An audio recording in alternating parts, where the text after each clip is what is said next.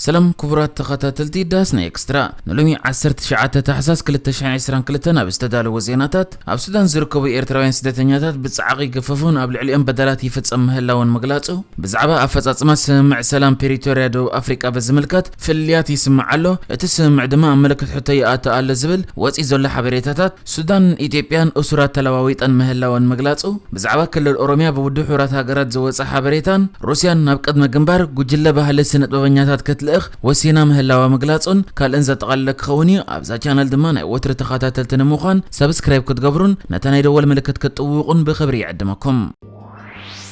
ኣብ ሃገር ሱዳን ኣባላት ጸጥታ ሱዳን ካብ ካርቱምን ካልኦት ከባቢታት እቲ ሃገርን ኤርትራውያን ስደተኛታት ብጻዕቂ ገፎ ምህላዎም ተገሊጹ እቶም ፖሊስ ነቶም ሕጋዊ ሰነድ ዘለዎም ስደተኛታት ከይተረፈ ብምክፋፍ ንሓደ ስደተኛ ካብ 500 ክሳብ 600 ዶላር ክኸፍል ከም ዘገድድዎን እቶም ስደተኛታት ሓቢሮም ብተወሳኺ ንዋሕስ ኢሎም ኣስታት 100 ዶላር ከም ዘኽፍልዎም እውን ተገሊጹ እቶም ኤርትራውያን ስደተኛታት ንዝምልከቶም ኣካላት ውድብ ሕብረት ሃገራትን ኤምባሲ ኤርትራ ኣብ ካርቱምን እኳ እንተሓበሩ ነቲ ሃደንን ምዝመዛን ጠጠው ከብልዎ ዝኾነ ስጉምቲ ከም ዘይወሰዱ ዝሕብሩ ኮይኖም እቲ ብቐጻሊ ዝካየድ ዘሎ ግፋ ምናልባት እቶም ፖሊስ ብዘይ ሕጋዊ መንገዲ የካይድዎ ከይህሉ ከም ዝጥርጥሩ እቶም ስደተኛታት ይሕብሩ ክሳብ ሕጂ ብዘሎ ሓበሬታታት ድማ ኣብዚ እዋን ኣብ ሱዳን ክሳብ 135,000 ዝበፅሑ ኤርትራውያን ስደተኛታት ከም ዘለዉ መብዛሕትኦም ድማ ኣብ ሕማቕ ኩነታት ከም ዝርከቡ ተገሊጹ እዞም ኣብ ዝተፈላለያ ማዓስከራት ስደተኛታትን ኣብ ከተማታት ካርቱም ካሳላም ፖርት ሱዳንን ዝርከቡ እቲ ግቡእ ናይ ስደተኛ መሰል ይንፈገና ኣሎ ብምባል ዝጠርዑ ኮይኖም ኣብ ከተማታት ዘለዉ ድማ ካብ ግፋን ሃደንን ኣባላት ፀጥታ ብምስጋእ ዝበዝሕ ግዜኦም ኣብ ገዛ ተዓጽዮም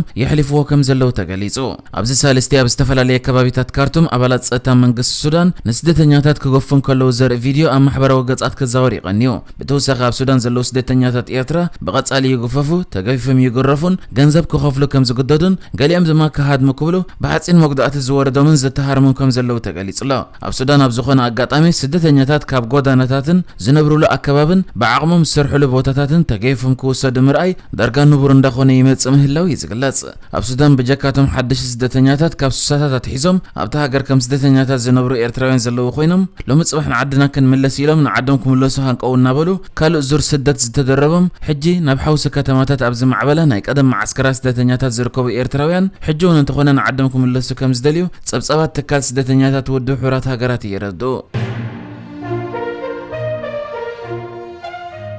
ነቲ ንኽልተ ዓመት ዝቐጸለ ኩናት ትግራይ ጠጠው ንምባል ኣብ ፕሪቶሪያ ደቡብ ኣፍሪቃ ዝተፈረመ ስምምዕ ሰላም ኣፈጻጽሙ ብዝምልከት ፍልልያት ይስማዕ ከም ዘሎ ተገሊጹ ኣብዚ ሕጂ እዋን ፌደራል መንግስቲ ኢትዮጵያ ኩሉ ጠለባት ስምምዕ ሰላም ተግባራዊ ይገብር ኣለኹ ክብል እንከሎ ብወገን ትግራይ ይወጽእ ኣብ ዘሎ ሓበሬታታት ግና መንግስቲ ሙሉእ ብምሉእ ቃሉ ኣየኽብርን ኣሎ ዝብል ነቐፌታታት ይቐርብ ኣሎ መንግስቲ ፌደራል ብቐደም ብመንገዲ ኣገልግሎት ኮሙኒኬሽን ኣብ ዘውፅአ መግለጺ ነቲ ዝተበጽሐ ስምምዕ ኣብ ግብሪ የውዕሎ ኣለኹ እኳ ኢሉ እንተገለጸ ብወገን ትግራይ ግና ነቐፌታ ገጢምዎ እዩ ዘሎ መንግስቲ ኣብ ዘውፅአ መግለጺ ምእንቲ ሃገርን ህዝብን ክብል ኣብ ስምምዕ ሰላም ዝኣተወ መብጻዕታት ብዘይ ወዓል ሕዳር ይፍጽም ኣለኹ ዝብል እኳ እንተኾነ ኣቦ ወንበር ሕወሓትን ፕሬዝዳንት ክልል ትግራይን ዶክተር ደብረጽዮን ገብረ ሚካኤል ኣብ ሓደ ዋዕላ ኣብ ዘስምዑ መደረ ካባና ትጽቢት ዝግበረሉ ይግበር እኳ እንተሃለወ መንግስቲ ፌደራል ግና ሙሉእ ብምሉእ ነቲ ስምምዕ ሰላም ኣብ ግብሪ ኣየውዕሉን ኣለዉ ክብል ብዛዕባ ትግባር እቲ ስምምዕ ዘሎ ፍልልያት ኣመልኪቱ ከም ዝተዛረበ ማዕከና ዜና ትግራይ ሓቢረን ዶክተር ደብረጽዮን ኣብ ህጹጽ ኣኼባ ቤት ምክሪ ክልል ትግራይ ንተግባራውነት ናይቲ ሓደ ወርሒ ገይሩ ዘሎ ስምምዕ ሰላም በዝምልከት ኣብ ዘቕረበ ጸብጻብ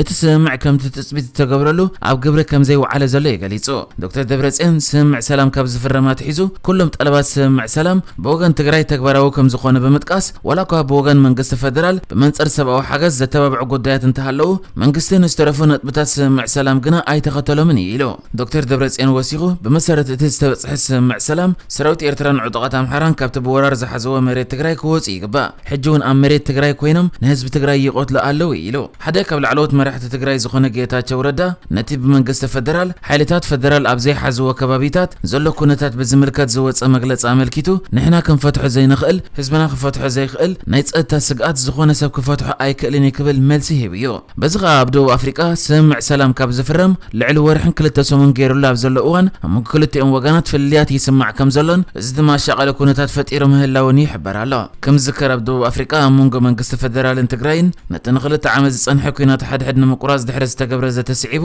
ኣብ ስምምዕ ምቁራጽ ተኽስን ምፍታሕ ኣጽዋርን ተበጽሒ ዝነበረ ኮይኑ ብድሕሪኡ ድማ ኣብ ኬንያ ናይ ክልቲኦም ወገናት ወተሃደራውያን መራሕቲ ስምምዕ ፕሪቶሪያ ንምትግባር ሓፈሻዊ ናይ ኣፈጻጽማ ሰነድ ፈሪሞም ነይሮም እዮም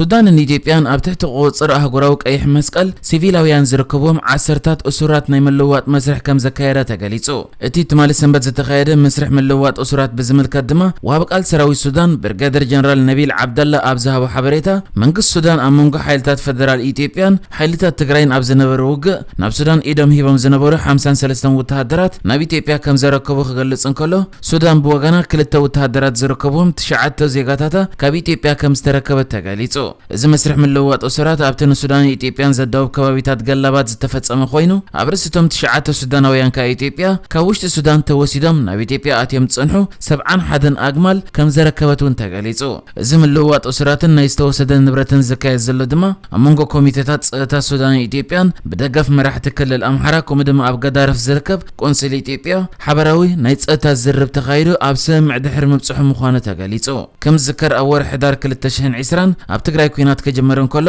ሱዳን ድማ ነቲ ኣልፋሸቃ ዝበሃል መሬታዊ እትብሎ ከባቢታት ንምሓዝ ነቶም ኣብኡ ዝነበሩ ኢትዮጵያውያን ብምእላይ ከምኡውን ምስ ገለ ምልሻታት ምልውዋጥ ተኹሲ ብምክያድ 95 ሚእታዊት ካብቲ መሬታዊ እትብሎ ከም ዝመለሰት እዩ ዝግለጽ። ኩነታት ጸጥታ ክልል ኦሮሚያ ኢትዮጵያ የንቆልቆል ምህላው ኦቻ ሓቢሩ። ብሰንኪ ኣብ ኢትዮጵያ ክልል ኦሮሚያ ዘሎ ዘይምርግጋእ ብማይት ኣሽሓት ዝቆጸሩ ሰባት ካብ ቤት ንብረቶም ከም ዝተፈናቀሉን ማሕበራዊ ኣገልግሎታትን ትሕቲ ቅርጽን ከም ዝዓነውን ቤት ጽሕፈት ምውሃት ሰብኣዊ ረድኤት ውድብ ሕብራት ሃገራት ወይ ኦቻ ኣፍሊጡ። እቶም ተፈናቀልቲ ኣብ ውሽጢ ኦሮሚያ ጥራይ ዘይኮነስ ንመዓልታት ተጓዒዞም ናብ ክልል ኣምሓራ ብምስጋር ተዓቂቦም ዘለዉ እውን ብዙሓት ምዃኖም ኦቻ ገሊጹሎ። ኣብ ቀዳማይ ፍርቂ ወርሒ ታሕሳስ 2022 ጥራሕ ልዕሊ 10,000 ሰባት ምፍንቃል ሰበስልጣናት ከባቢ ምሕባሮም ኦቻ ኣብቲ መግለጺ ጠቒሱሎ። ብምኽንያት በዚሕ ኣብ ክልል ኣምሓራ ዕቑባ ዝሓት ዘለዎ ተመዛበልቲ ሰበስልጣናት ክልል ካብ ከባቢታት ምብራቕ ጎጃምን ጎንደርን ሓሊፎም ኣብ ጃራን ታርከሽን ዝበሃሉ ኣብ ሰሜንን ደቡብን ወሎ ዝርከቡ መዕቆቢ ተመዛበልቲ እውን ክኸፍትዎ ከም ዝተገደዱ እቲ ቤት ጽሕፈት ምውሃድ ረድኤት ውድብ ሕብራት ሃገራት ወይ ኦቻ ሓቢሩሎ። ካብ ኣዲስ ኣበባ ናብ ምዕራብ ኦሮሚያን ኦሳሳን ዝወስድ ጽርግያ ብምዕጻው ድማ ኣብ ክልል ቤንሻንጉል ጉሙዝ ዝርከቡ ተፈናቀልቲ ንምሕጋዝ ኣጸጊሙ ከም ዘሎ እውን ኦቻ ወሲኹ ኣፍሊጡ ይዝርከብ።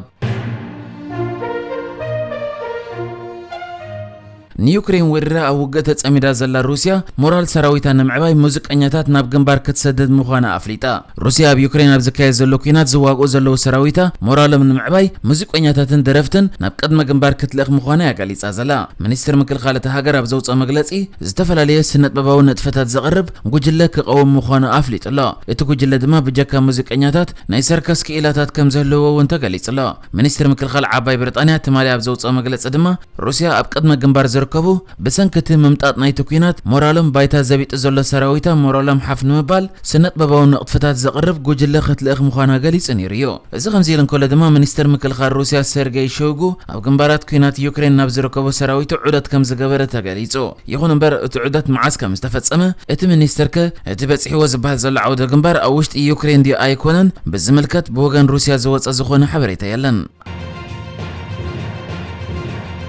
نحجز تدالو الزيناتات ازينيرو بكالك ساب نرغب سلام نعخم.